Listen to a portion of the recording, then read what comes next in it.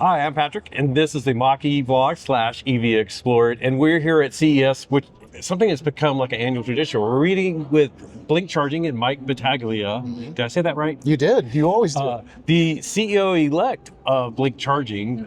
So we're just going to talk about update with you, update with Blink Charging, and update on the EV charging industry for 2025.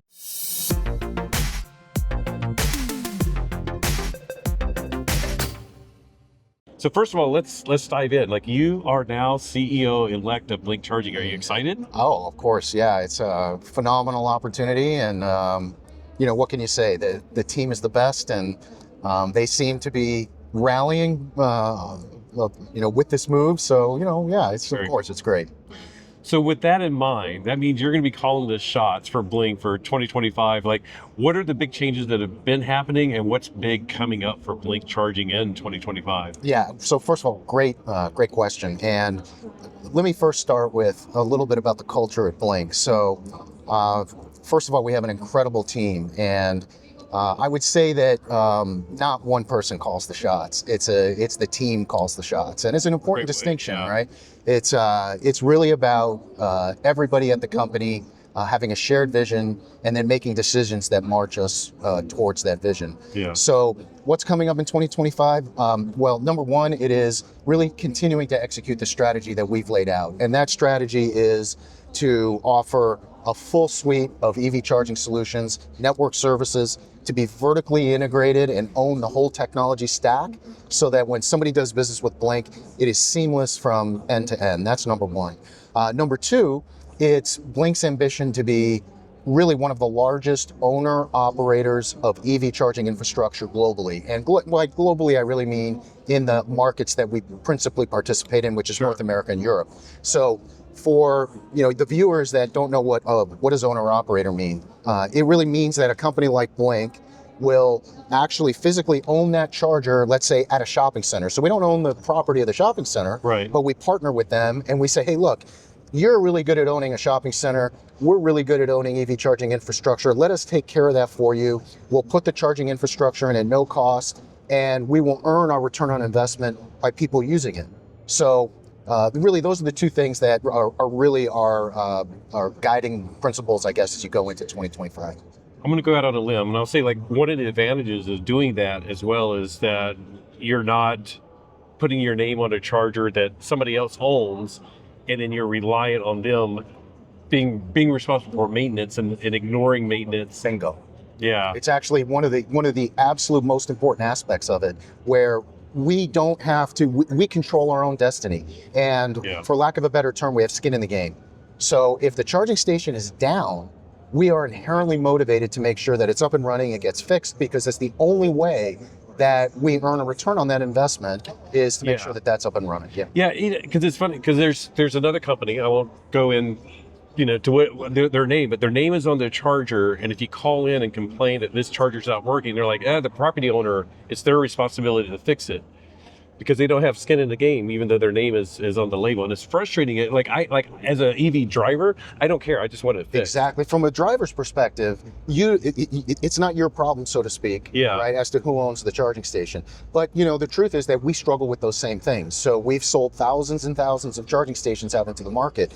If some of that charging infrastructure is old and it's been in for 10 years and it malfunctions or something doesn't work with it, if a driver goes up to that and then they call Blink, there's only so much we can do. But that's also one of the reasons why we are pushing our core strategy of owning and operating infrastructure more and more and more. So we want to see that evolve over time for us, so it becomes the overwhelming source of the company's revenue. And you guys have a variety of solutions, because we've used some of your DC fast chargers. We've been at hotels that have Blink chargers. So you're going to have skin in the game in all different aspects. Oh, for sure. One of the exciting parts about the industry is that wherever there's a parking spot, you can put an EV charging station. And it doesn't matter. We're in hospitals, we're in hotels, we're in schools, we're in fleets, right? Obviously, big part of our business with the United States Postal Service. So yeah, it really runs the gamut. It's industry agnostic, and basically wherever the charging station is needed is where Blink can play. And that really opens up a huge addressable market for us. And you can scale it, so you can do low power to high power, and a lot of stuff in between. DC, we now own 460 DC fast chargers in the United States. So that's a that's a much, much larger number than even just a couple of years ago for the company. That's very cool. Now, shifting toward more general terms, 2025, there's a lot of uncertainty in the EV industry in general. And there's a lot of uncertainty that then relates to like EV charging. I know there's a lot of funding coming out for like NEVI, but there's also like a lot of other initiatives out there for like getting level 2 charging into multifamily units, level 2 charging in downtown areas.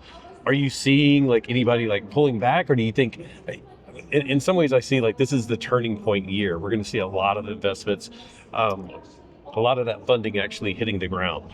Yeah, so let's first talk about EV sales, and then we'll talk about the funding. Yeah. All right. So first of all, there is going to be some uncertainty, I think, early in the year as to how EV sales will go, because the question is, will the administration pull back the $7,500 EV tax credit? Right. I think they will. So right now, what we're seeing towards the end of 2024, the numbers that are coming out, EV sales are very strong. Now, the question is that pull ahead because people know that the $7,500 tax credit might be going away? We're one of those. Yeah, there you go. We added another EV because of that. Of course, right? So what I think we're going to see is a little bit of a dip in the first quarter, and then we're going to start to see sales rebound again as the market readjusts itself. So that's number one. But number two, counteracting that is the fact that the automakers are launching a ton of new EV models out into the market. They really so are. Consumer choice becomes much more widespread at different price intervals, right? So lower cost EVs, higher end EVs, and it really is going to be exciting to see how that unfolds. Now, when it comes to funding in the market, the way we view funding is, look, it's great if the government supports EV charging infrastructure, but we certainly aren't over-reliant on it. It's a benefit. We take advantage of it as we can in order to put the right charger in the right place at the right time. And we talk about that constantly. Now, what we see continuing is things like utility programs. So we think the utilities will continue to fund both level 2 and DC charging, DC fast charging infrastructure. So, I think the funding will continue to be there. We'll have to see what some of those federal programs do and whether they adjust or not. And, we'll see, right? Yeah, I know Colorado has some great incentives on EVs, California does, but I also, like you said, it's like utilities are actually interested in getting this transition funded.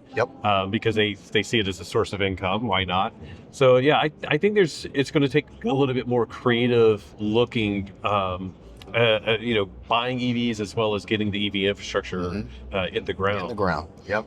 So one of those, of course, the big funding source is NEVI funding. Do you have any predictions on NEVI funding? It seems like that one is going to be, in my opinion, there's going to be a lot of local people that are like, wait a second, we want that money to come to our state. So maybe there'll be some resistance. That one will stay. I don't know. I don't know. It's tough to tell, and I probably wouldn't want to speculate on what's going to happen with NEVI. But what I will say is that there are different programs out in the market right now that Blink is very, very focused on. So there's one that's called CFI, Community and Fueling Infrastructure, and that's predominantly level 2 charging.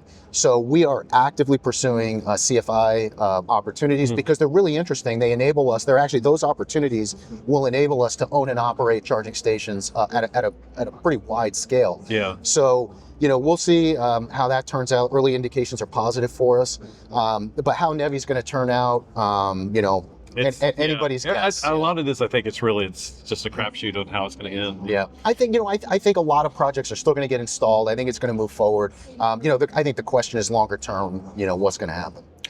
So one of the things you did mention is like a business owner can focus on their business. They can focus on their restaurant, grocery store, or whatever, and then you guys can handle the charging. So like, do you have programs that you like where people can reach out to Blink and say like, hey, I don't know anything about EV charging, but can you guys just deal with it?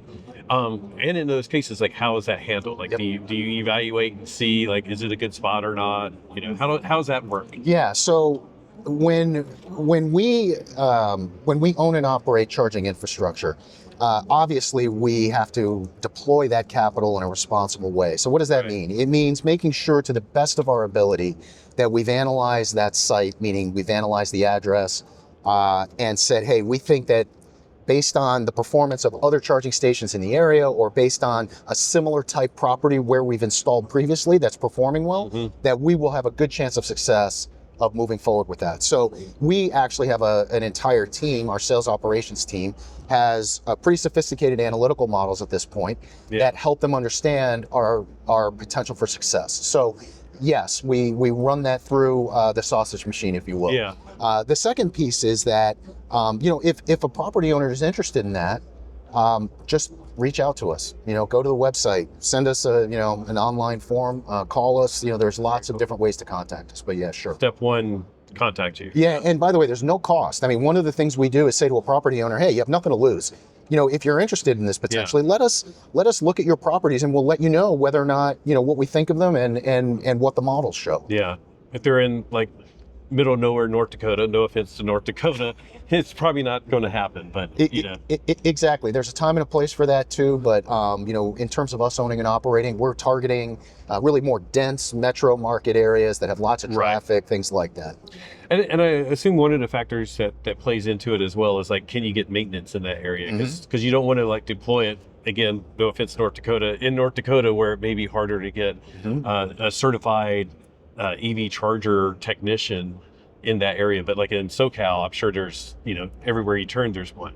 Yeah. And it's a great point, Patrick, because, maybe the most significant issue in the industry right now, outside of just the number of charging stations in the ground, is the condition of the charging stations out there, right? And are they operational? And what is the hardware uptime and what's the network uptime? And I would tell you that, if there's one thing that keeps me awake at night, it is making sure that charging infrastructure is available when a driver needs it. Right. And one of the things I can tell you is that it's something we talk about every single day at Blink. And it is going to be a constant effort, never-ending, constant effort, and our goal is to get better every single day. Yeah. So yes, it's easier to maintain a charger when it's in a more metro-type area, suburban-type areas, things like that. If it's out rurally, it does get more difficult. Yeah. But we introduced a program in 2024 called Blink Care, and anyone that purchases a charging station from Blink can opt for Blink Care, which is a maintenance program. And we actually intentionally priced it very modestly, very competitively, so that the take rate on that was high, so that when needed, we can deploy technicians out to those stations to evaluate them and see what needs to be done to make sure that they're brought up to speed, so to speak. And I'm guessing there's a good response to that. Oh yeah, very good. That's great. I mean, because it's again, even from the customer's point of view, not the driver. I mean, the customer, the charging station, uptime is very important. So they want to make sure that when they invest, that this thing's going to work for the long term. Are you finding overall the general trends? Because just from anecdotal experience, it seems like charger maintenance is getting better overall across the industry. Do you find that it's uptime and reliability is improving now that there's just more experience and from top to bottom, the business owner calling it in, the maintenance people being and there's a lot of reasons for that. So the answer to your question is yes, but the question is why. Number one, old chargers are getting replaced and new chargers are coming online. Right. That's number one. Number two, the chargers that are going into the ground are getting better and better, and the software that's running the chargers is getting better and better. Yeah. Number three, there has been so much press, conversation, whatever you want to call it, about charger uptime, that the industry we responsibly need to respond to that. Right. And we need to be proactive in how we're addressing that issue. So as an example, things like we now have the capability to remotely monitor the charging stations and know when they're down, and then dispatch technicians to those charging stations in order to get them back up and running. So the goal, and we are not perfect and we're not there yet, but the goal is to actually address that issue before the folks at the location even know it's an issue. Yeah. That's the ultimate goal. It feels good as an EV driver when you see like a broken charger, and then you go and you look online and it's like maintenance is aware and it's being dispatched, versus you feel like you got to call in and report it, which I feel like again, it feels like things are improving, but I also, there's like less of those where I got to call it in because somebody else has already done it or the monitoring is working. So Yep. it's great to see, all of these new changes. It's great to see what Blink has been doing. Like I think it was on our road trip, we used Blink DC fast charger, but we also used the level 2 charger at a hotel. Excellent. And it's a bit of a comfort thing. And actually, this may be our final topic, and maybe related, maybe not. But it was a Blink charger, so I paid. It wasn't a complimentary thing with the hotel, and we had a little bit of discussion online with our viewers, as well as with Liv and I amongst ourselves. It's like, I love free charging at hotels, but then on the other side, I feel like when it's a paid thing, then it's like it's something I'm paying for, and if it's not working, I can complain that it's not working. But if it's free, I'm like, I can't really complain. It's broken, but what am I going to do? In the hotel, it's sort of like, it feels like they may have more incentive if they're getting some of the revenue cut, or in this case, at Blink, if that charger's broken, I don't know. So what do you you get what I'm saying? It's sort of like it's nice to have it for free, but it's also like if you're paying for it, now it's I understand what you're saying. Yeah. So look, at the end of the day, the industry, companies like Blink, we need to be growing and we need to be profitable. And how do we do that? Well, there's a number of different ways we do that, but one of them is, hey, you have to make money from that charging station. Yeah. And I don't really believe that the EV driver's expectation is that everything should be free. I think the expectation is it should be fair and reasonable. And probably the expectation is it should be less than what I would spend on gas. Right. And I think if we tick those boxes, we're going to be fine. The industry is going to be fine. Blink is going to be fine.